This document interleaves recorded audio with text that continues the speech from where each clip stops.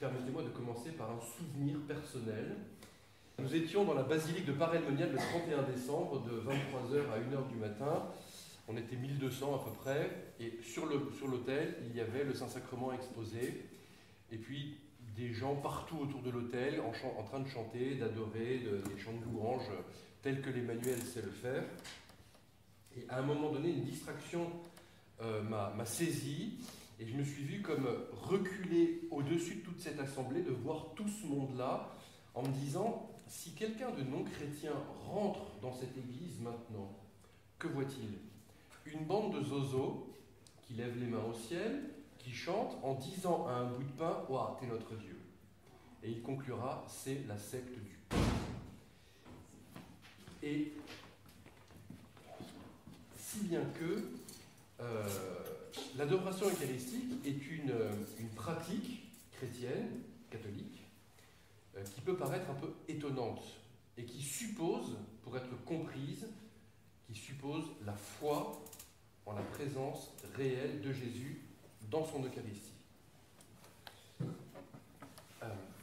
Pour le propos de ce soir, je fonctionnerai en 3 temps. Il n'y aura pas de thèse, antithèse, synthèse, rassurez-vous, mais en 3 temps.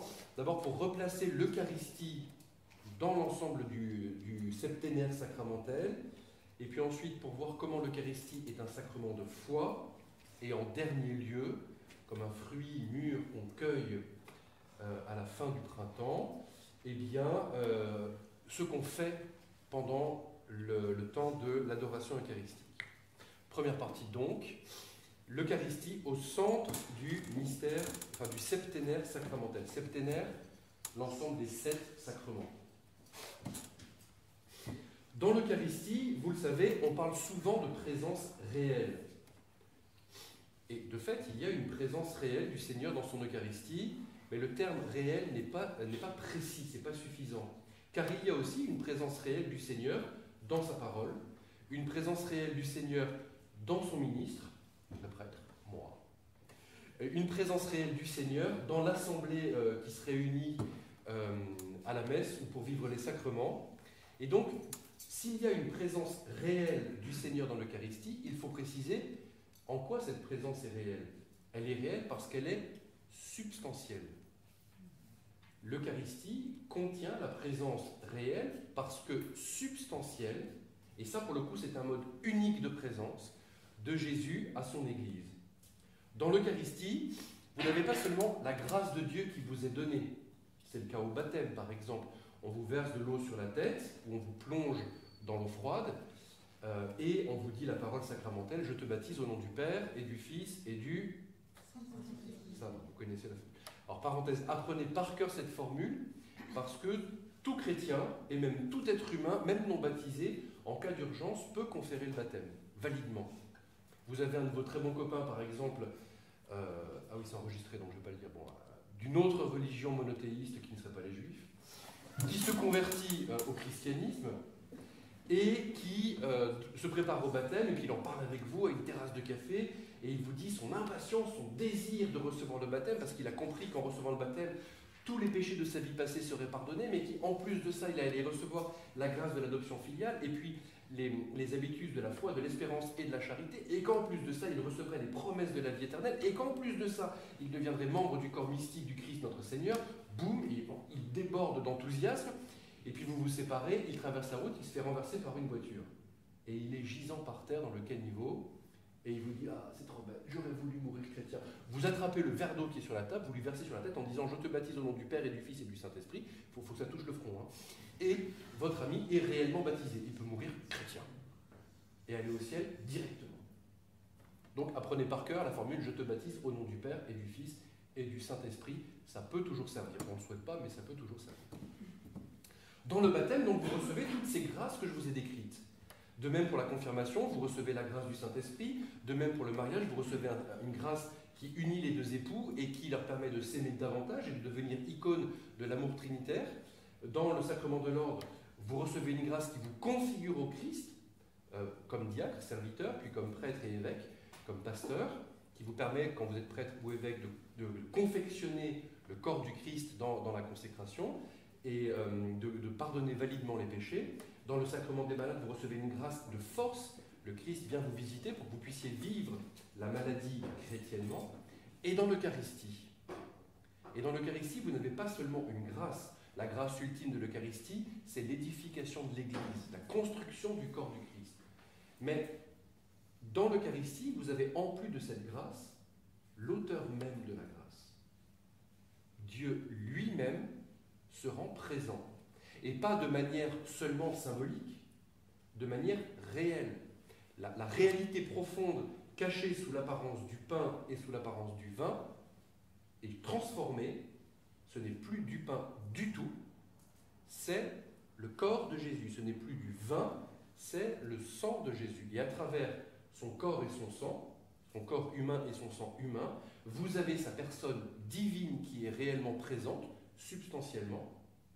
Et donc, dans l'Eucharistie, le pain ou le vin, une fois consacré, vous avez la personne même de Jésus, son corps humain, son âme humaine, sa divinité.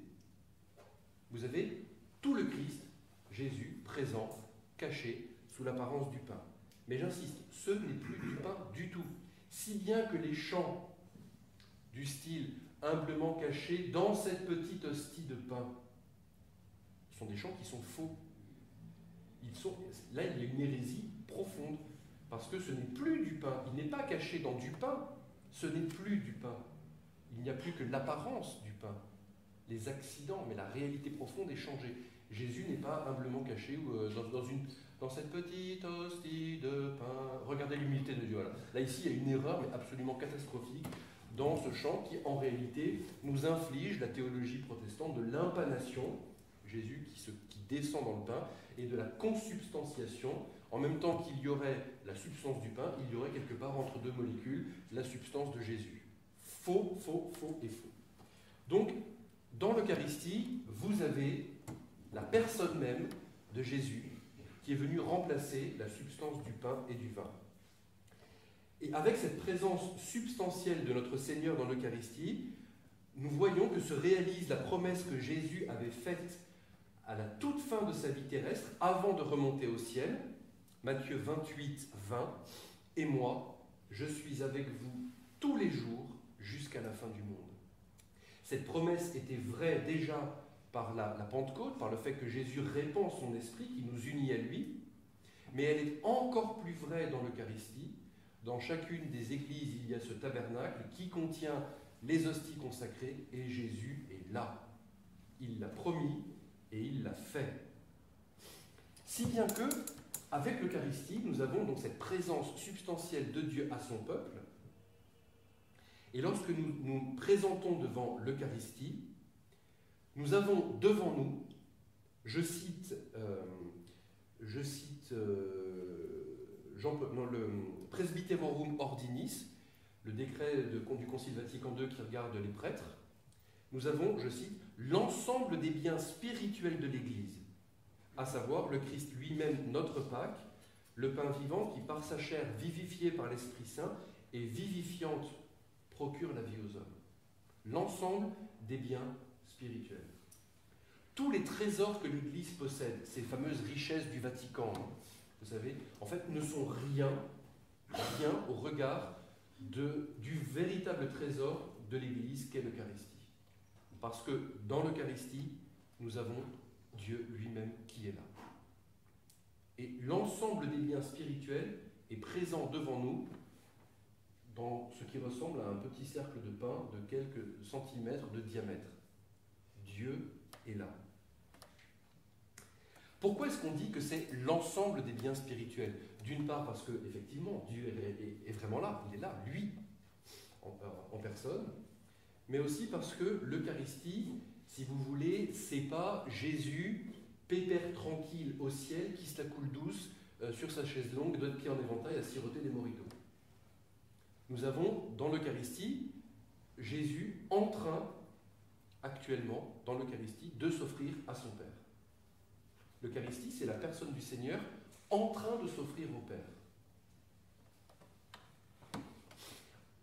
Pour le formuler autrement, l'Eucharistie, c'est l'ensemble des biens spirituels, parce que l'Eucharistie contient, et ça nous concerne au plus haut degré, l'Eucharistie contient je vais le dire en latin, ça claque, puis après je traduis en français, mais vous allez comprendre par vous-même, l'Eucharistie contient le Mysterium Pascal, c'est-à-dire le mystère pascal. Ben voilà, vous êtes bilingue, ça y est. Donc l'Eucharistie contient le mystère pascal. Qu'est-ce que ça veut dire? Le mystère pascal, c'est le mystère de la Pâque. Bravo, on a fait un pas de plus. Mais qu'est-ce que c'est que ce mystère de la Pâque? C'est quoi la Pâque? Je prends une formule d'Augustin, je la dis en latin, puis ensuite je la retraduis en français. Formule d'Augustin qu'on trouve dans le Tractatus 55, donc le 55e commentaire sur l'évangile de Saint Jean. Écoutez bien, c'est limpide. Ecce Pascha, ecce transitus. Mais c'est bien sûr. Voici la Pâque, voici le passage. Qu'est-ce que c'est que la Pâque? C'est ce passage. En hébreu, Pessah. Ce passage, vous vous rappelez l'évangile de Saint Jean, chapitre 13, verset 1? Évidemment, mais bien sûr.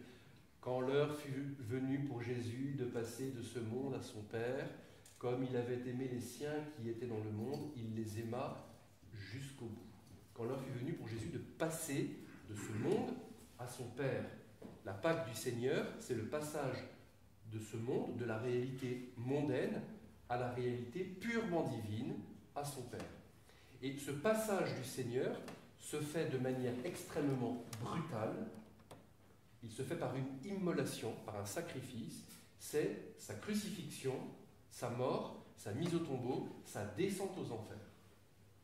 Et à quel moment entre-t-il dans le royaume divin de son Père? Par la résurrection. D'accord? Donc il y a tous ces événements douloureux, et douloureux non pas que Dieu soit affamé de sang et de violence, mais douloureux en raison de notre péché à nous les hommes. Alors, deux petites parenthèses ici.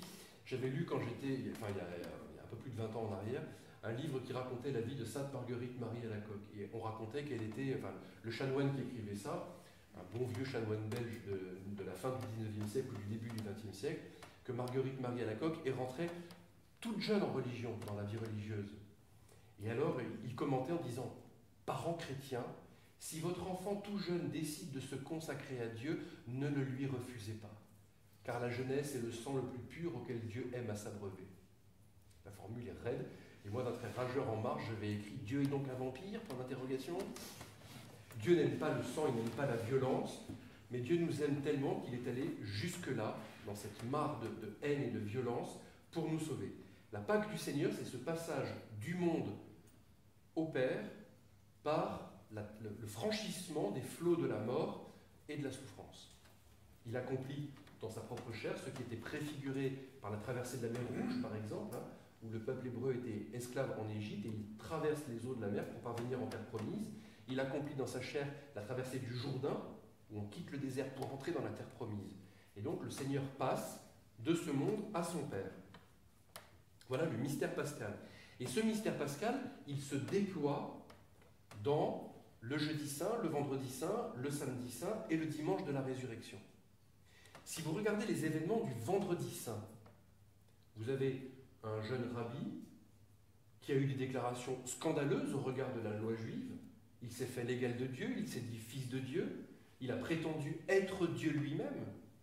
Dans l'évangile de Saint Jean, on lui dit « Mais tu n'as même pas 50 ans, comment est-ce que tu peux savoir ce qui s'est passé avant ?» Et Jésus leur répond aux pharisiens et aux envoyés du temple, « En vérité, je vous le dis, avant qu'Abraham fût, moi, je suis. » Alors, aussitôt, les gens sont fous de rage parce qu'avec ce « moi, je suis », ils ont reconnu ce qui s'est passé dans le livre de l'Exode, chapitre 3, verset 14, quand Moïse demande à la voix qui part du buisson ardent « Qui es-tu » Et Dieu répond « Je suis qui je suis ». À ce moment-là précis, Jésus s'affirme Dieu. Et donc, le vendredi saint, on s'empare d'un rabbi qui a pété un peu les plombs, qui s'est pris pour Dieu, on le fait sortir hors de la ville, loin du temple, là où se consomme le sacrifice, hors de la ville, parce que les prophètes prêchent dans la ville, donc il est chassé de la ville, il est livré à l'occupant romain, qui le zigouille pour avoir la paix parmi le peuple. Les événements du vendredi saint, lus de cette manière-ci, sont absolument inintelligibles, inaudibles. Ce qui nous les rend compréhensibles, c'est la clé de lecture qui est fournie le jeudi saint, la veille. La veille de sa passion, Jésus prend du pain, il a réuni ses apôtres pour célébrer une Pâque, sa Pâque, mais qui n'est pas le repas de la Pâque juive qui aura lieu le vendredi soir quand Jésus sera déjà mort. Jésus réunit ses apôtres autour de lui pour célébrer sa Pâque, son passage, un repas rituel, un repas sacré. Et au cours de ce repas, vous le savez par cœur, il prend du pain et devant les yeux absolument, j'imagine, écarquillés des apôtres, il prend le pain et puis il leur dit « Ceci, ça, c'est moi, c'est mon corps ». Jean-Paul II, dans une encyclique consacrée au mystère de l'Eucharistie, pose la question « Les apôtres ont-ils compris ce qui se passait ?» Et il répond « Vraisemblablement pas ». Vous imaginez quelqu'un devant vous qui prend du pain et qui vous dit « Ça, c'est moi ». Et Jésus est très net. « Ceci est mon corps ». Pas représente, symbolise, pourrait être, rappel, manifeste, on ferait comme si, on dirait que non. Ça, c'est mon corps, c'est le verbe être qui est employé. Et de même, après le repas, il prend la 4e coupe, et puis alors, ceci est la coupe de mon sang. Et il précise, on a ça dans Luc 22, 19, ceci est mon corps qui sera livré pour vous. Et puis, dans Matthieu 26, 28, ceci est mon sang qui sera versé pour vous et pour la multitude en rémission des péchés. Donc on a un corps livré, un sang versé, et le motif c'est pour vous, en rémission des péchés. Par parenthèse, vous savez que ici on est au sommet de l'amour de Jésus. Jésus qui était dans le monde aima les siens jusqu'au bout, jusqu'au maximum, et à aucun moment dans le récit de l'institution de l'Eucharistie, il n'est question d'amour. Par contre, on parle bien du péché, on parle bien du motif. Donc c'est un amour en acte. Et tout ce que Jésus réalise au soir du jeudi saint, s'accomplit dans sa chair le vendredi. Le corps est effectivement livré, lacéré, cloué, et le sang est réellement versé. Il est exsangue. Je ne sais pas si vous avez vu le film de M. Gibson. Je vais bien dire Gibson, ça fait français un peu prétentieux. La Passion du Christ. Eh bien, il y a dans la réalisation même du film ces flashbacks où on voit le corps du Christ qui a été cloué et levé de terre. Flashback, on voit Jésus qui élève le pain la veille au soir. Et de même pour le sang. On voit Jésus qui prend la coupe, qui dit « Ceci est mon sang versé pour vous », et on voit le sang qui goutte le long des membres du Seigneur et qui se répand au sol. Donc, ce qui se passe le jeudi saint, c'est un sacrifice sacramentel qui nous donne la compréhension de ce qui se passe le vendredi, le samedi, et qui nous conduit jusqu'aux portes de ce grand mystère, cet événement historique et transcendant qui est la résurrection du Seigneur. Le mystère pascal est ici. Et dans la liturgie eucharistique, dans la liturgie de la messe, nous ne faisons pas mémoire d'un événement du passé, il y a cette dimension mémoriale, c'est vrai, mais nous ne nous contentons pas de faire mémoire d'un événement qui appartient au passé. Nous sommes, par la grâce du sacrement, rendus contemporains des événements du jeudi, du vendredi, du samedi et du dimanche. Chaque messe nous permet de vivre, nous, ces événements qui, autrement, appartiendraient à l'histoire et à une histoire révolue et passée depuis quelques 2000 ans. À chaque messe à laquelle nous pouvons prendre part, nous vivons au présent et nous recevons la grâce au présent des événements qui se sont passés il y a 2000 ans. Le temps est aboli, l'espace est aboli. Jean-Paul II écrit ça dans une lettre aux prêtres pour le jeudi saint. Vous savez, Jean-Paul II, pendant les années de son pontificat, tous les ans, le jeudi saint écrivait à ses frères prêtres pour méditer sur l'un des mystères de la vie du Christ ou du sacerdoce. Et le jeudi saint 2003, il a écrit cette lettre dans laquelle il évoque le fait que par la grâce de la liturgie, le temps et l'espace sont abolis et nous sommes rendus présents au cénacle et devant la croix du Seigneur pour vivre avec Jésus la Pâque, son passage, par son immolation sur la croix. Donc ce n'est pas seulement une mémoire, nous laissons ça à nos frères protestants, c'est très bien pour eux, tant mieux, je ne sais pas. Pour nous, chaque messe, c'est le renouvellement non sanglant, pas renouvellement au sens où on en fait un nouveau, mais où on reprend cet unique sacrifice du Seigneur que nous célébrons de manière non sanglante. Mais c'est réellement un sacrifice, si bien que le Concile de Trente le réaffirme de toutes les manières possibles. La messe est authentiquement, vraiment, proprement un sacrifice. Et quel sacrifice? Celui de la Pâque du Christ, le sacrifice de Jésus. Et c'est pour ça que la messe peut être ensuite un repas. La messe est un repas parce qu'elle est d'abord un sacrifice, et dans un sacrifice, pour qu'il soit complet, on a toute la prescription liturgique dans l'Ancien Testament. Pour qu'un sacrifice soit complet, il faut que le prêtre mange la victime du sacrifice. Et que faisons-nous à la messe? Le prêtre a consacré l'hostie, a consacré le sang, et ensuite mange la victime qu'il a offerte à Dieu. Le sacrifice est accompli à la communion du prêtre. Et les fidèles, qui ne sont pas prêtres de manière ministérielle, mais qui sont prêtres par leur baptême, viennent eux aussi manger sacramentellement la victime du sacrifice. Juste une autre parenthèse encore, il y aura plein de parenthèses, vous allez voir, c'est formidable les parenthèses. Le mot hostia en latin, qu'on traduit en français par hostie, qu'est-ce qui signifie en latin? Victime. Dans la prière eucharistique numéro 1, vous avez entendu cette formule, le sacrifice pur et saint, le sacrifice parfait, pain de la vie éternelle et coupe du salut. Vous vous rappelez, vous l'avez entendu déjà ça, hein? Eh bien, ce qu'on a traduit en français par le sacrifice pur et saint, le sacrifice parfait, en latin, ça se dit hostiam puram, hostiam sanctam, hostiam immaculatam. Littéralement donc, la victime pure, la victime sainte, la victime parfaite. Parce que cette victime, c'est Jésus. Donc, nous sommes rendus contemporains de ces événements au cours desquels c'est notre salut qui s'est réalisé. Nous avons été sauvés par la passion du Seigneur, par sa mort et par sa résurrection. C'est ainsi que Jean-Paul II, Saint Jean-Paul II, dans l'encyclique Ecclesia de Eucharistia, l'Église vit de l'Eucharistie, au numéro 3, Jean-Paul II écrit « L'Église naît, du verbe naître, l'Église naît du mystère pascal ». L'Église trouve sa naissance dans ce mystère pascal. Comme Ève avait été tirée du côté d'Adam, Genèse 2, de même, l'Église est tirée du côté du Christ, au moment du cœur transpercé, avec le sang et l'eau qui coulent de son côté. Et les pères de l'Église, depuis toujours, ont vu dans l'eau qui jaillit du cœur du Seigneur le sacrement du baptême, et dans le sang qui jaillit de son cœur, l'Eucharistie qui nourrit l'Église et qui fait l'Église. L'Église naît, elle trouve sa naissance dans le mystère pascal. Et voilà que Jean-Paul II continue, toujours dans Ecclesia de Eucharistia. C'est précisément pour cela que l'Eucharistie, sacrement par excellence du mystère pascal, a sa place au centre de la vie ecclésiale. Parce que l'Église trouve sa naissance et son salut dans le mystère pascal du Seigneur, alors l'Eucharistie, qui est le sacrement par excellence de ce mystère pascal, est au centre de toute la vie de l'Église. D'absolument toute la vie de l'Église. Au centre de la vie de l'Église, il y a quoi? L'Eucharistie. Alors, évidemment, l'ensemble de l'économie sacramentelle est pascale. Le baptême nous plonge dans la mort et la résurrection du Seigneur.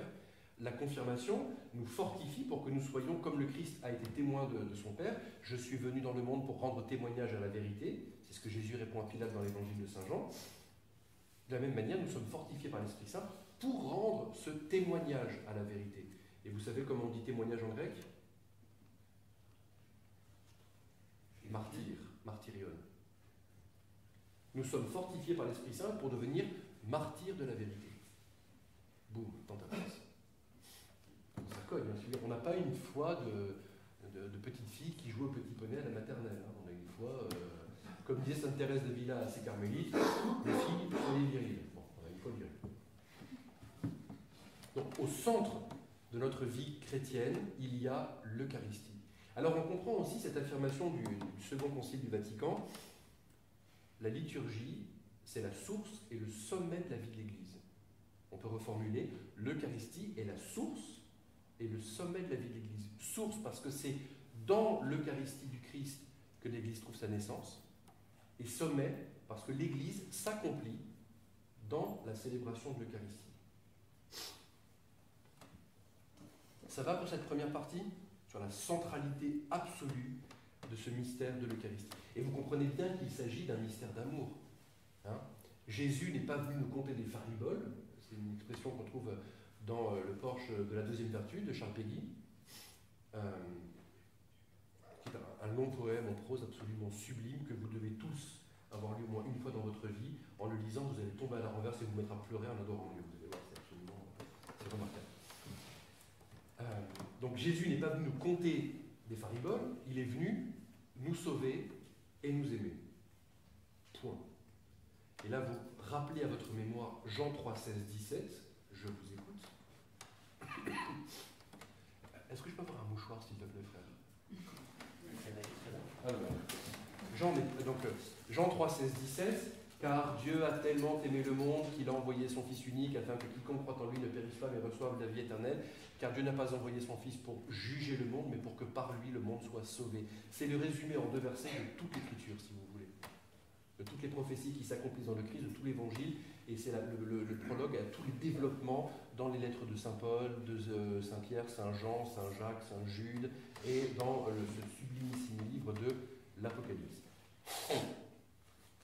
Donc un mystère d'amour, un mystère de salut, un mystère absolument central pour la vie de l'Église. Deuxième partie. L'Eucharistie, qui est le sacrement central du mystère de notre salut, est un sacrement de foi. Le sacrement de la foi. Nous le disons dans la messe, et depuis la réforme liturgique, on a extrait la petite formule du récit même de l'institution pour la mettre après et forcer les fidèles à participer et à répondre. On s'écrit Mysterium Fidei, et vous répondez Mortem tuam annunciamus Domine, et tuam resurrectionem confitemur donec venias. Il est grand le mystère de la foi. Nous annonçons ta mort, Seigneur Jésus, nous proclamons ta résurrection, nous attendons ta venue dans la... Bravo. Vous êtes bien à la messe, vous avez des habitudes. L'Eucharistie est un sacrement qui exige de nous la foi. Car sans la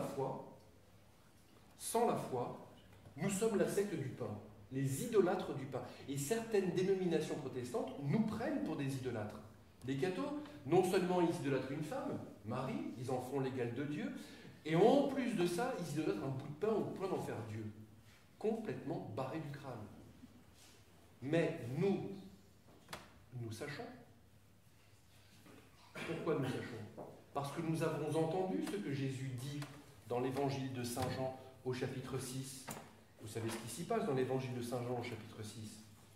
Jésus est à Capharnaüm, dans une synagogue, et là, il enseigne. Et qu'enseigne-t-il dans l'évangile de Saint Jean au chapitre 6 à la synagogue de Capharnaüm?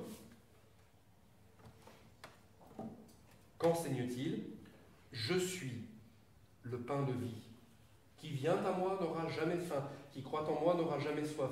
Je vous l'ai dit, vous me voyez et vous ne croyez pas. Tout ce que me donne le Père viendra à moi, et celui qui vient à moi, je ne le jetterai pas dehors. Je passe un peu. En vérité, je vous le dis, si vous ne mangez la chair du Fils de l'homme, si vous ne buvez son sang, vous n'aurez pas la vie en vous. Qui mange ma chair. En grec, pour dire manger, il y a 2 mots. Il y a phagein, qui veut dire consommer, et trogein, qui veut dire mâcher. C'est une description, on mâche quoi. Et Jésus n'emploie pas ici le terme phagein, manger. Il emploie le terme trogein. Si vous ne croquez, mâchez pas la chair, la viande, la bidoche du Fils de l'homme, vous n'aurez pas la vie en vous. Qui mange ma chair et boit mon sang, il a la vie éternelle. Mais pour pouvoir discerner la chair et le sang du Fils de l'homme caché sous ce qui n'est plus qu'une apparence de pain et de vin, que faut-il? Il faut non seulement voir, mais il faut croire. Et la foi est un don que nous recevons de Dieu. Tout ce que me donne le Père viendra à moi. Ça fait écho à ce qu'on avait dans l'évangile de Saint Matthieu au chapitre 16. Vous savez, Jésus pose la question, les gens ils disent quoi à mon sujet? Alors on fait le recueil des bêtises. Hein. Élie, Saint Jean-Baptiste qui s'est réincarné, Walking Dead, un des prophètes ressuscités, un grand sage, un fondateur de religion, un doux rêveur, un révolutionnaire, un personnage mythologique. On fait la liste des bêtises et on pourrait la continuer jusqu'à ce jour. Hein. Et puis ensuite, Jésus, bon, et vous mes amis, vous qui me voyez vivre depuis plusieurs années, que dites-vous? Pour vous, qui suis-je? Et alors Pierre, que nous aimons tant parce que c'est un fonceur, Pierre s'écrie, mais tu es le Christ, le Fils de Dieu vivant. Bonne réponse. Et puis Jésus confirme, heureux es-tu, Simon, fils de Jonas. Ce ne sont pas la chair et le sang, ce ne sont pas l'intelligence humaine, l'imagination humaine, les capacités humaines qui t'ont révélé ceci, mais c'est mon Père qui est aux cieux. La reconnaissance de Jésus dans son identité réelle est un don qui nous est fait par Dieu, sans lequel nous ne pouvons pas connaître Jésus. Ça nous est impossible. Et de la même manière, dans l'Eucharistie, il nous faut ce don de la foi, parce que nous ne reconnaissons la présence de Jésus que par la foi. Que par la foi. Alors bien sûr, il y a les miracles eucharistiques qui existent, mais les miracles eucharistiques, pour être reconnus comme tels, demandent eux-mêmes la foi, comme tout miracle du reste. Le miracle ne suscite pas tellement la foi, il confirme la foi, mais la foi déjà présente, au moins embryonnaire, au moins fragile. Hein, c'est ce prêtre, le miracle de Bolzano, là, ce prêtre qui avait des doutes sur la présence réelle du Seigneur dans l'Eucharistie, et puis il demande un signe à Dieu, et il renverse, sans faire exprès, un peu de précieux dans le calice, et que voit-il sur son corporal? Des gouttes de sang. Et alors du coup, il tombe à genoux, mon Seigneur est mon Dieu, il signe la croix, c'est formidable, et il se convertit, et ça devient un saint prêtre, et je ne connais pas son nom, parce qu'il est connu de Dieu seul, peut-être. Donc, si vous voulez, l'Eucharistie est un sacrement qui exige de nous la foi. Rappelez-vous, dans l'évangile de Saint Jean, de nouveau, la rencontre après la résurrection entre Jésus et Thomas. Hein, vous la situez, Jésus vient de ressusciter, il est apparu aux 12, et Thomas n'était pas là. Où était-il? On ne sait pas. Le cardinal Barbarin avait une explication, Thomas était déjà dehors en train d'évangéliser. Bon, ça résiste un peu si vous voulez. Hein. Et quoi qu'il en soit, les 12, enfin les 10 plutôt, parce que Judas allait se faire prendre, les 10 disent à Thomas, Jésus est vivant, on l'a vu. Et Thomas, quand il entend ça, refuse de croire, mais bien sûr, parce que Thomas, il a du bon sens. Quand on est mort, on est mort. Hein? Quand on est cané, et on sait très bien que quand on est mort, c'est pour toujours. Il n'y a pas de retour en arrière possible. Et alors, donc, il exige, il demande, je veux des signes, je veux des confirmations. Et voici que 8 jours après, Jésus arrive, il dit à Thomas, porte ton doigt ici, voici mes mains, avance ta main, mets-la dans mon côté. Ne sois pas incrédule, mais croyant. Sois croyant. Il y a de la part du Seigneur un appel à la foi. Et que répond Thomas? Mon Seigneur et mon Dieu. Kurios, c'est le Seigneur, c'est un titre divin, et théos, c'est encore mieux, c'est plus qu'un titre divin, c'est l'affirmation que Jésus est Dieu. Et Jésus commente, parce que tu me vois, tu crois, heureux ceux qui n'ont pas vu et qui ont cru. Ici, saint Augustin, quand il commente ce passage, nous on dit parce que tu me vois, tu crois, point. C'est une affirmation de la part de Jésus. Mais saint Augustin dit qu'on peut aussi lire une question. Et de fait, dans le texte grec, il n'y a pas les points d'interrogation, les points, etc. On écrivait tout en majuscule et les mots étaient collés les uns aux autres. Donc la ponctuation, elle n'est pas inspirée ou révélée, si vous voulez. Parce que tu m'as vu, tu crois, point d'interrogation. Es-tu bien sûr de toi? Et Augustin commente, Thomas, qu'est-ce qu'il a vu? Qu'a-t-il vu, Thomas? Thomas, il a vu le corps humain de Jésus. Il a vu le corps humain qui était mort et qui maintenant est vivant. Et vivant d'une vie un peu, en théologie, on a un terme précis pour ça, d'une vie un peu zarbi. C'est un terme technique. Le gars, il était mort, maintenant il est vivant, il a le cœur transpercé et pourtant il respire. Il n'empêche que ce que Thomas voit, c'est un corps d'homme, un corps humain. Et les pères de l'Église, saint Ignace d'Antioche par exemple, dans la lettre aux Smyrniens, il insiste, c'est le véritable vrai corps de Jésus qui était vraiment mort et qui maintenant est de nouveau vraiment vivant, vraiment. C'est le même corps. Thomas, qu'est-ce qu'il a vu? Il a vu un corps humain. Il n'a pas vu Dieu. Il n'a pas vu la divinité de Jésus. pour une bonne et simple raison, et ça on le sait depuis l'Ancien Testament, depuis Moïse. Moïse, après être sorti dans le désert, supplie Dieu, laisse-moi voir ton visage. Et Dieu répond à Moïse, je vais passer devant toi, puis tu verras mes épaules, tu me verras de dos, parce que nul ne peut voir mon visage sans mourir aussitôt. La vision de Dieu par nos yeux de chair est tellement grande pour nous, tellement énorme, qu'elle nous est mortelle. Elle nous est mortelle. Et ça n'est qu'en Jésus, en l'humanité de Jésus, en raison même de l'union inséparable de ces deux natures, il est une personne divine avec la nature divine, donc, qui assume la nature humaine, ça n'est qu'en Jésus que nous voyons le visage humain de Dieu. Mais ce que nous voyons, c'est un corps humain. C'est pas Dieu. C'est la lettre aux Hébreux, Hébreux 1.1. Nous voyons le resplendissement de la gloire de Dieu, l'effigie de sa substance. Oui, mais un resplendissement humain, une effigie humaine. Thomas, donc, et c'est ainsi que Augustin conclut, Thomas voit l'homme et il confesse Dieu. Il fait un passage du constat humain à la profession de foi. Il passe du visible, l'homme Jésus, à l'invisible, Dieu réellement présent en face de lui. Quand nous sommes présents, nous, devant l'Eucharistie, en va-t-il autrement? Pas vraiment. Nous voyons une apparence corporelle qui ressemble à du pain, et nous confessons la personne de Jésus, humaine et divine. Enfin, la personne divine de Jésus qui a assumé l'humanité. Nous confessons Jésus, vrai Dieu et vrai homme. Nous sommes comme Thomas, en décalé. Thomas a vu l'homme et a confessé Dieu. Nous voyons le sacrement et nous confessons l'homme-Dieu. Mais la démarche est analogique, si vous voulez. Nos yeux voient quelque chose et nous en affirmons une autre. Et cette affirmation, elle est celle de la foi.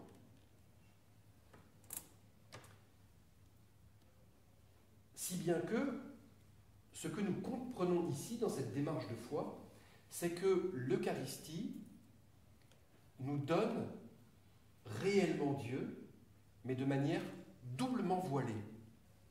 Le premier voile pour nous, qui sommes heureux parce que nous n'avons pas vu, et pourtant nous avons cru, nous n'avons pas vu l'homme Jésus, mais nous avons cru en lui.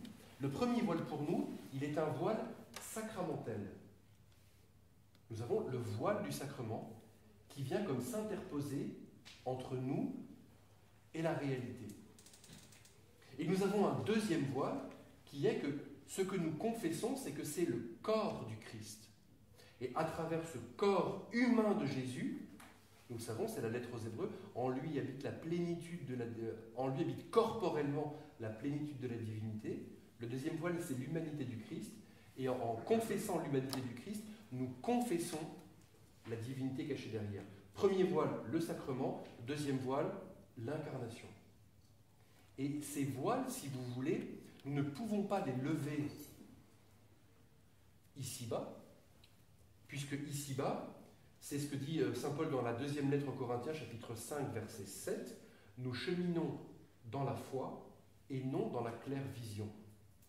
Le régime de notre vie chrétienne ici-bas, c'est un régime de foi. Ce qui, pour un foie, c'est une blague. Le foie, le régime, bon, j'adore me taper des bides, j'y trouve une sorte de jouissance malsaine, absolument. On coupera au montage ça, hein, voilà. Donc, le régime dans lequel nous cheminons n'est pas celui de la claire vision, mais celui de la foi. Quand le Fils de l'homme paraîtra dans la gloire, alors nous lui serons semblables parce que nous le verrons tel qu'il est, écrit saint Jean dans la première lettre. Très bien. Mais nous n'y sommes pas encore. Ça n'est qu'à la parousie, à la fin des temps, ou à notre mort, que nous pourrons avoir la vision bienheureuse. Cette vision de Dieu dans sa réalité même, qui nous comblera de bonheur. Très bien. Mais ici-bas, nous cheminons dans l'obscurité de la foi. Il y a quelque chose d'obscur, de mystérieux, si vous voulez. Et cette foi, qui nous est parfois si désagréable, elle est infiniment précieuse. Elle est infiniment précieuse. D'abord, elle est un don que nous avons reçu tous en partage à notre baptême. Au baptême, nous avons reçu comme dispositions intérieures qui viennent équiper notre âme pour la rendre capable de poser des actes surnaturels, des actes qui dépassent ses capacités naturelles. Nous avons reçu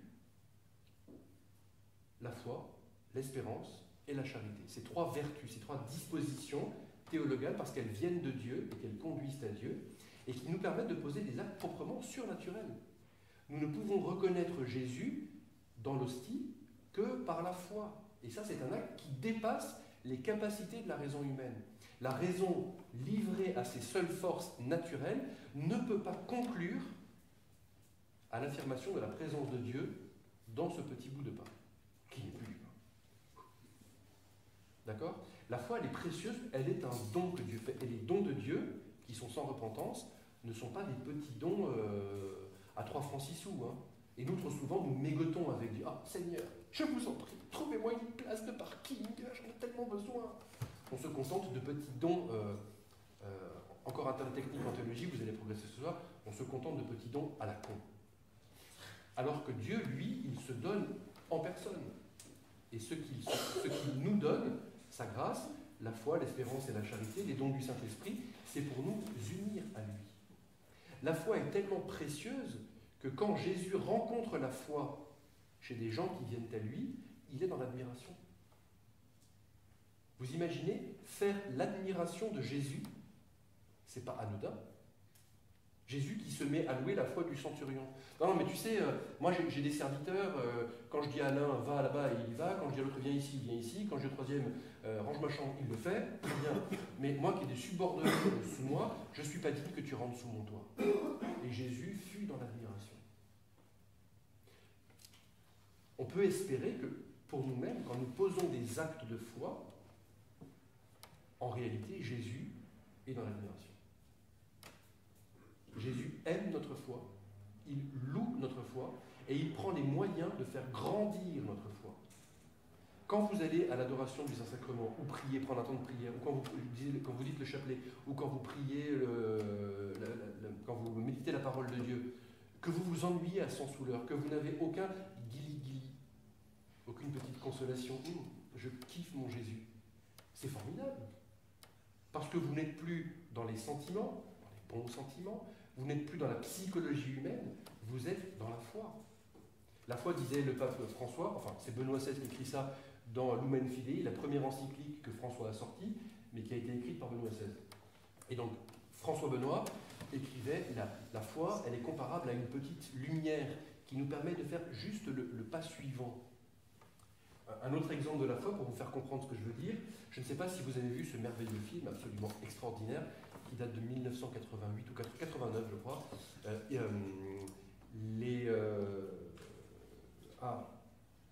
C'est La Dernière Croisade. Indiana Jones et La Dernière Croisade.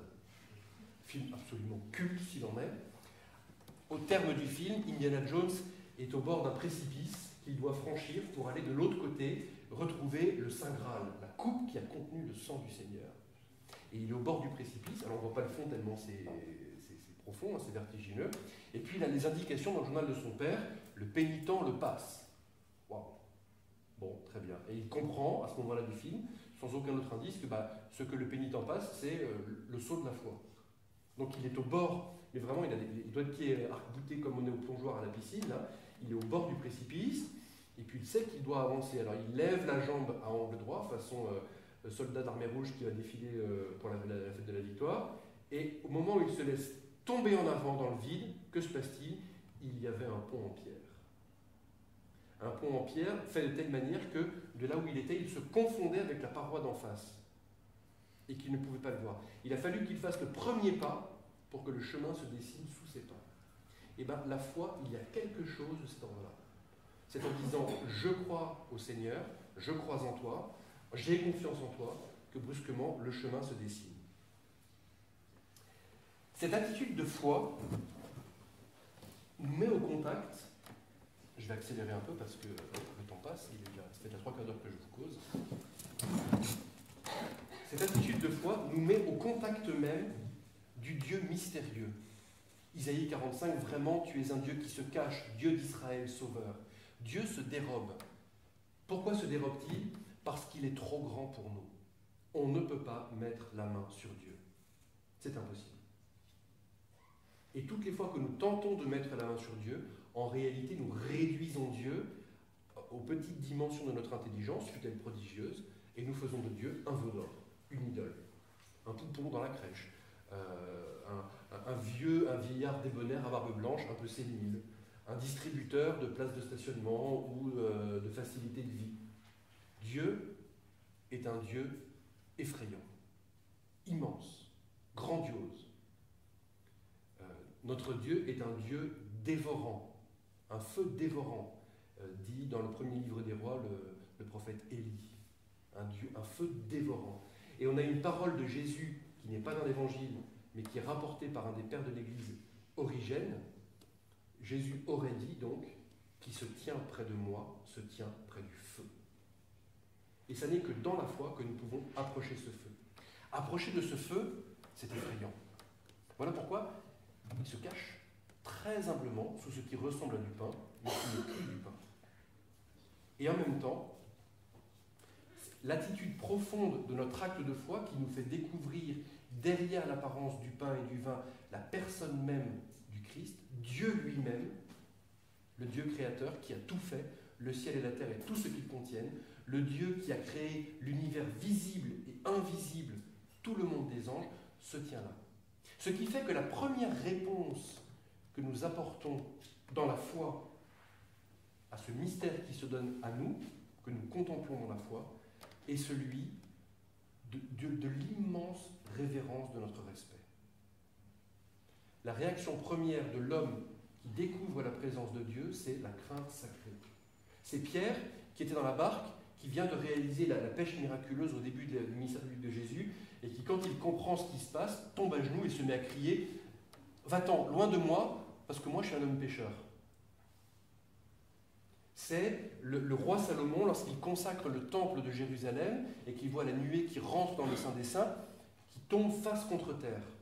La prosternation, l'agenouillement est l'attitude la plus juste de notre acte de foi en la présence réelle de Dieu dans l'Eucharistie. C'est par la foi que nous tombons à genoux. Et saint Paul le dit même, c'est Philippiens 2,10, qu'au nom de Jésus, tout être vivant tombe à genoux. Et dans Éphésiens 3,14, à vérifier cette référence, mais c'est Éphésiens, c'est sûr, je fléchis le genou en présence du Père de qui toute paternité au ciel et sur la terre tire son nom. L'agenouillement, la prosternation, le fait de tomber face contre terre, même étendu de tout son long, est la manifestation la plus adéquate de la foi que nous avons à la présence réelle de Dieu. Et donc, l'adoration du Saint-Sacrement, en dehors de la messe, aussi bien que pendant la messe, produit une sorte de va-et-vient. Je contemple ce Dieu dans la foi pour apprendre à grandir dans la foi afin de pouvoir le manger avec foi, afin de pouvoir réaliser ce petit proverbe « Croire, c'est manger, et manger, c'est croire ». Pourquoi est-ce que je mange l'hostie? Parce que je crois qu'il est là. J'adore Dieu pour grandir dans la foi et pouvoir consommer dignement l'hostie. Et je vous rappelle 1 Corinthiens 11, 29, celui qui mange indignement, sans discerner le corps du Christ dans l'hostie, il mange sa propre condamnation. L'adoration nous permet de grandir dans la foi pour communier dignement et communier nous nourrit de la personne même du Christ qui nous permet de grandir dans la foi. Il y a donc une circularité, si vous voulez, un va-et-vient. Troisième partie, il me reste un peu moins de 10 minutes, on est chaud, on est bon. Que faisons-nous? Que se passe-t-il à l'adoration? Nous sommes en présence du sacrement le plus essentiel, nous sommes dans une disposition de foi qui vient susciter en nous cette attitude profonde de respect. Que se passe-t-il à l'adoration? Ah zut, j'ai pas pris la référence. Ah merde. Vous connaissez cette citation de Tolkien, John Ronald Philip Royal Tolkien, l'auteur du Seigneur des Anneaux. Je vous l'amènerai tout à l'heure, elle est sur mon bureau, je suis bête. Il écrit à Michael Tolkien, donc son fils, en mars 41. Des heures les plus sombres de ma vie, j'ai fini par découvrir le plus essentiel. Et je mets devant toi le très saint sacrement. Là, tu trouveras la passion, l'idylle, l'aventure, la guerre, le combat, tu trouveras tout. Et c'est là que, paradoxalement, j'ai appris que pour vivre, il fallait mourir. Je mets devant toi le Saint-Sacrement. Et tout est là avec le Saint-Sacrement. Quand nous venons devant le Saint-Sacrement, et je parle ici du Saint-Sacrement exposé à nos yeux, que faisons-nous? Eh bien, nous venons à la rencontre du Seigneur Jésus lui-même. C'est pas rien. On ne vient pas faire quelque chose. Hein? Les mages sont venus, ils ont offert l'or, l'encens et la myrrhe, très bien, c'est formidable. Je ne sais pas ce que Marie et Joseph en ont fait ensuite. Bon, peut-être qu'ils les ont offerts, qu'ils sont faits pour manger, pour éduquer Jésus, on ne sait pas. Mais surtout, plus important, à travers cela, les mages se sont prosternés et ils ont adoré l'enfant. Quand nous venons vers Jésus, nous comprenons à l'exemple des mages que ce que nous offrons à Jésus, ce n'est pas des choses que nous avons faites, ce n'est pas notre perfection intérieure, ce n'est pas nos qualités, ce n'est pas nos bonnes œuvres, ce n'est pas ce que nous possédons sur notre compte en banque. Ce que nous offrons à Jésus, bien plus que l'or, l'encens et la myrrhe, c'est notre adoration. Et à travers cette adoration, qu'offrons-nous nous-mêmes? Parce que nous venons à la rencontre de quelqu'un. On n'est pas dans un marchandage, on n'est pas dans une négociation, on n'est pas dans un rapport de maître à esclave, nous sommes dans un rapport interpersonnel, la personne du Christ, en face de moi, qui suis sauvé par celui qui se tient mystérieusement devant moi. Il est homme, il est Dieu, il est mon Seigneur et mon Dieu. Et donc, si vous voulez, nous affirmons, à chaque seconde passée devant la présence du Saint-Sacrement que nous regardons, oui, c'est vrai, mes sens défaillent. La vue, le goût, l'odorat, le tact, le toucher, sont impuissants à te saisir. Il ne reste plus que l'ouïe, mon ouïe. Romains 10, 17, c'est par l'audition, c'est par ce qu'on entend que la foi advient. Eh bien, parce que j'ai entendu que tu étais là, j'ai entendu ceci est mon corps, alors je crois. Mes sens sont disqualifiés. Et donc, j'accepte de passer sur un registre qui me dépasse. Je quitte le monde de la nature pour entrer dans le monde de la surnature, dans le monde de la grâce, pour être en présence interpersonnelle de mon Seigneur et de mon Dieu, que je n'atteins que par la foi, l'espérance et la charité. En me rendant présent au tabernacle, et à plus forte raison et encore mieux devant le Saint-Sacrement exposé, la fête du Saint-Sacrement remonte au XIIIe siècle, Sainte Geneviève du Mont-Cornillon, l'office de la fête Dieu fait par saint Thomas d'Aquin, très bien. Pourquoi est-ce qu'on a exposé le Saint-Sacrement? Parce qu'il commençait à y avoir des doutes sur la présence réelle. D'accord? Et c'était au XIe ou XIIe siècle qu'on a commencé à la messe à avoir une élévation de l'hostie. Parce qu'il y avait des controverses disant que Jésus n'était pas vraiment présent. Et donc on a commencé à élever l'hostie pour la montrer aux fidèles. Et dans le diocèse de Paris, là où a eu lieu sans doute les premières élévations du Saint-Sacrement à la messe, c'était pas rare d'entendre, ce sont les chroniqueurs qui le racontent, quand le prêtre élevait l'hostie, on entendait les fidèles plus haut, on n'a rien vu, plus longtemps. On voulait voir. C'est ce que disent les Grecs à Philippe, nous voulons voir Jésus. Et quand nous venons dans une église où le Saint-Sacrement est exposé, que faisons-nous? Nous venons voir Jésus. Nous venons voir le sacrement par nos yeux de chair et la réalité, la personne même du Christ, par la foi. Et puis, donc, que venons-nous faire à l'adoration? Que faut-il faire? Croire. Répéter inlassablement, Seigneur, je crois en toi, Seigneur, tu es là. Parler à Dieu comme un ami parle avec son ami. C'est ce qu'on dit de Moïse quand il était dans la tente de la rencontre. Il parlait à Dieu comme un ami parle avec son ami. Et juste par curiosité, la tente, en latin, la tente de la rencontre, ça se dit tabernacula. C'est donné en français le mot tabernacle. Le tabernacle, c'est le lointain écho de la tente de la rencontre, là où Dieu vient pour parler avec nous, d'ami à ami. En grec, c'est encore plus fort, il vient parler bouche à bouche, face à face, comme un bouche à bouche vital, si vous voulez. Donc quand nous venons adorer, que venons-nous faire? Nous livrer, nous donner, nous raconter en toute vérité, parce que Dieu sait tout. On n'est pas obligé d'avoir un beau visage intérieur, d'être exempt de tout péché, de s'être confessé. On vient rencontrer celui qui est notre Sauveur. Et nous venons dans cette disposition intérieure pour grandir dans la foi, qui nous fait toucher Jésus, qui nous fait tenir et posséder Jésus. Et nous venons passer du temps gratuitement avec le Seigneur. Et il est important que le Saint-Sacrement soit exposé, parce que c'est notre foi dans le sacrement de l'Eucharistie qui du coup se trouve renforcée. Et plus encore, il y a ici une source de guérison. Vous vous rappelez Genèse 2, 29. C'est le deuxième récit de la création. Dieu plante dans le jardin, écoutez bien, toute espèce d'arbre séduisant à voir et bon à manger. Genèse 3, 6. Ève vient d'être tentée par le démon. Elle regarde l'arbre de la connaissance du bien et du mal et elle voit cet arbre qu'il est bon à manger et séduisant à voir. On est passé de séduisant à voir et bon à manger à bon à manger et séduisant à voir. Il y a eu un renversement. Séduisant à voir, c'est la primauté de la contemplation. Et bon à manger, c'est la nutrition, la consommation. Ève, quand elle regarde après la tentation l'arbre de la connaissance du bien et du mal, elle fait passer la consommation, bon à manger, avant la contemplation, séduisant à voir.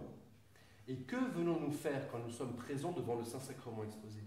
Nous venons découvrir que le fruit de l'arbre de la croix, qui est le nouveau fruit du nouvel arbre de la vie, il est d'abord séduisant à voir, avant que d'être bon à manger.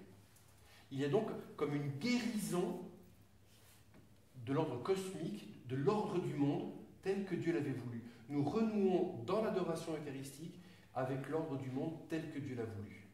Nous ne venons pas seulement consommer, il faut manger, c'est l'ordre de Jésus, prenez et mangez-en tous, très bien. Mais il faut aussi pouvoir renouer avec la gratuité de la contemplation, qui vient nous restaurer et nous réparer pour nous remettre dans le plan que Dieu avait voulu au commencement du monde. Il y a comme une guérison de notre être profond dans la gratuité de la contemplation du Saint-Sacrement, qui nous permet de redécouvrir dans ce nouveau fruit du nouvel arbre de la vie qu'est devenu la croix du Seigneur, le don le plus excellent que Dieu fait aux hommes et qui est beau à voir. Tu es le plus beau des enfants des hommes, la grâce est répandue sur tes lèvres. Oui, Dieu, ton Dieu te bénit pour toujours. C'est le psaume 44. Mais vous le savez.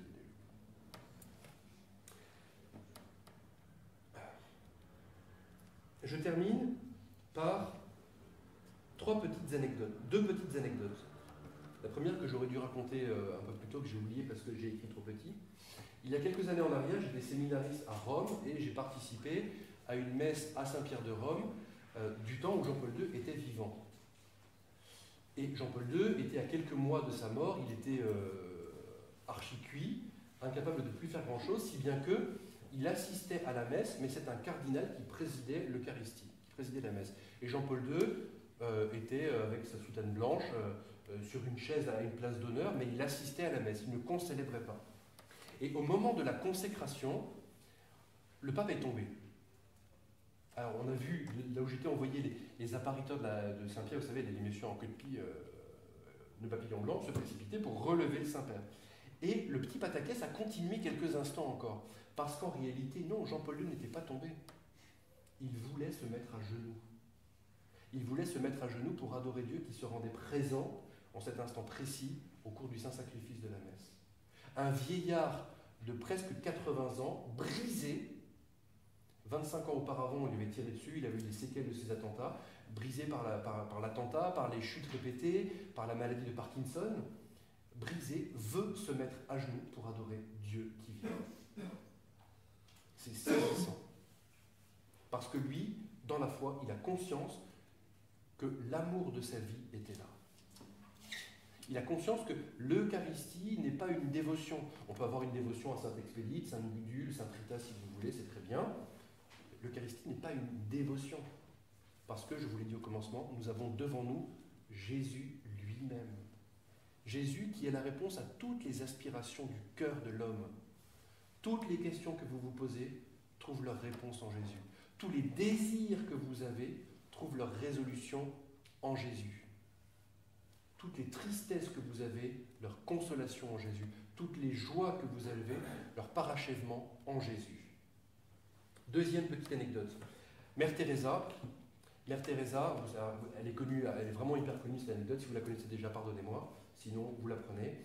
Mère Teresa est approchée par certaines de ses filles qui lui disent: écoutez, mère, on a trop de malades, on n'a pas le temps là. On a une adoration de Saint-Sacrement. Est-ce qu'on ne pourrait pas un peu réduire la voilure parce qu'il faut bien s'occuper des malades. Et là, on est en sous-effectif, on n'y arrive plus.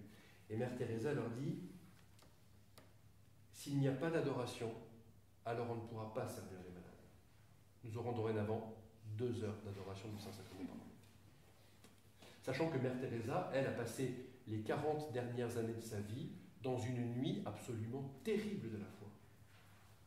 Aucune espèce de consolation sensible. Et même le sentiment de la foi avait disparu. Elle tenait devant le tabernacle, devant le Saint-Sacrement, en sachant par tous les fibres de son être que Jésus était là, et elle passait son temps à se dire: mais est-ce que tu es là? Et elle était fidèle 2 heures par jour devant le Saint-Sacrement. Donc que faisons-nous à l'Eucharistie? Nous venons regarder Jésus, nous venons nous laisser regarder par lui.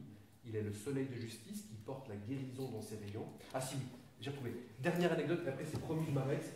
Ça fait 1 heure et 2 minutes que je parle. J'étais à Rome, et pour la première fois depuis 150 ans, on avait décidé, les pères du séminaire, à ouvrir les portes de la chapelle qui donnent sur la rue pour un temps d'évangélisation. Et c'est formidable. Donc, Saint-Sacrement sur l'autel, petite chorale de séminaristes qui chantent, les prêtres dans les chapelles latérales pour confesser, et puis les gens dehors pour dire aux gens: hey, venez rentrer dans l'église, c'est super ce qui s'y passe. Vous ne croyez pas en Dieu? Venez au moins visiter l'église. Et un de mes copains, qui était prêtre à l'époque déjà, fait rentrer un groupe de jeunes. Bon, très bien. Il regarde, très bien, les fresques, les mosaïques, les machins, tout ça. Et brusquement, l'une d'entre elles voit le Saint-Sacrement sur l'autel, elle sursaute et elle fond en larmes. Alors le prêtre s'approche d'elle, il dit: mais qu'est-ce qui vous arrive? Et elle demande: mais c'est qui lui? C'est qui ça? Alors le prêtre lui dit: le père machin. Non, le truc rond sur l'autel. Ah, ça c'est Jésus ça. Il dit: pourquoi je sens autant d'amour pour moi là-dedans là? Et elle sanglotait en disant ça. Et en fait, elle venait d'une famille complètement athée, elle n'a aucun rudiment de foi chrétienne, elle rentre dans cette église, elle voit le Saint-Sacrement et boum, elle est fusillée. Enfin, elle est bouleversée, bouleversifiée par l'amour de Dieu. Enfin, et depuis, elle a demandé le baptême, etc. Cette puissance d'amour du Saint-Sacrement, de ce mystère pascal qui vient nous sauver, qui n'a rien épargné pour venir nous aimer. J'en ai fini. Merci beaucoup.